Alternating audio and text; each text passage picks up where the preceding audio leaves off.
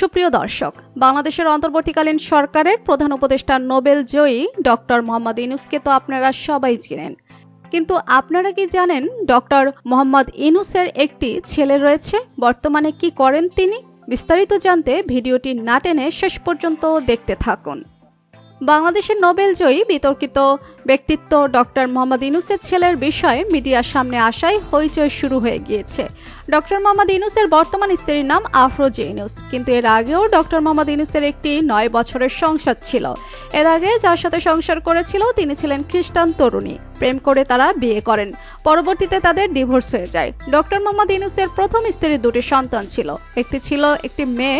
জানা যায় দরিদ্র জনগোষ্ঠীর রক্ত চুষে আজ কোটিপতি হওয়া ডক্টর মোহাম্মদ ইউনূস প্রথম বিয়ে করেন 1970 সালে। ডক্টর মোহাম্মদ ইউনূসের প্রথম স্ত্রীর নাম ভেরা ফরেস্তেনকো। তার সাথে 1967 সালে পরিচয় হয় ভ্যান্ডারবিল্ট বিশ্ববিদ্যালয়ে। রাশিয়ার বিখ্যাত ডোনারদের পরিচয় থাকায় ফরেস্তেনকোকে প্রেমের ফাঁদে জড়িয়ে বিয়ে করেন ডক্টর মোহাম্মদ ইউনূস।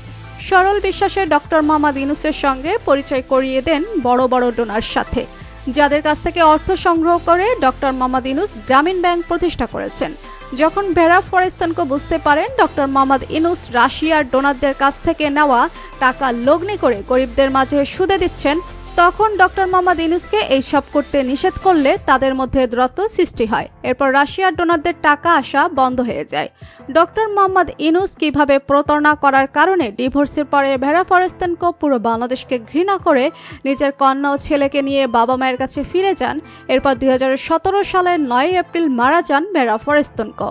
এরপর থেকে ডক্টর মোহাম্মদ ইউনূসের সাথে তার মেয়ে ও ছেলের যোগাযোগ ছিল কম। 13 বছর বয়সে ডক্টর মোহাম্মদ ইউনূসের ছেলে ইসমাইল ইউনূস ম্যাসাচুসেটসে প্রখ্যাত ট্যাঙ্গেলউড মিউজিক সেন্টারে ভর্তি হন। সেখানে তিনি পেশাদার অপেরা শিল্পী হিসেবে পরিচিতি পান।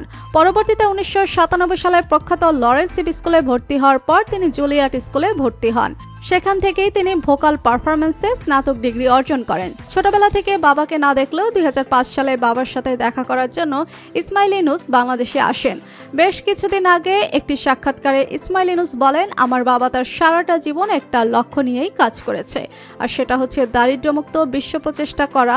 আমার বাবাও তার সহকর্মীদের বিরুদ্ধে আনা এসব অভিযোগ সম্পূর্ণ মিথ্যা। তাই এসব অন্যায়ের বিরুদ্ধে কথা বলাটা আমার জন্য সবথেকে গুরুত্বপূর্ণ। সবাই আমার বাবার জন্য দোয়া করবেন, তিনি যেন দেশের মানুষের জন্য ভালো কিছু করতে পারে। তো বন্ধুরা, অন্তর্বর্তীকালীন সরকারের প্রধান উপদেষ্টা ডক্টর মোহাম্মদ ইউনূসকে আপনার কেমন লাগে জানিয়ে দিন কমেন্ট করে। আর ভিডিওটি ভালো লেগে থাকলে একটি লাইক দিয়ে চ্যানেলটি সাবস্ক্রাইব করুন। ধন্যবাদ।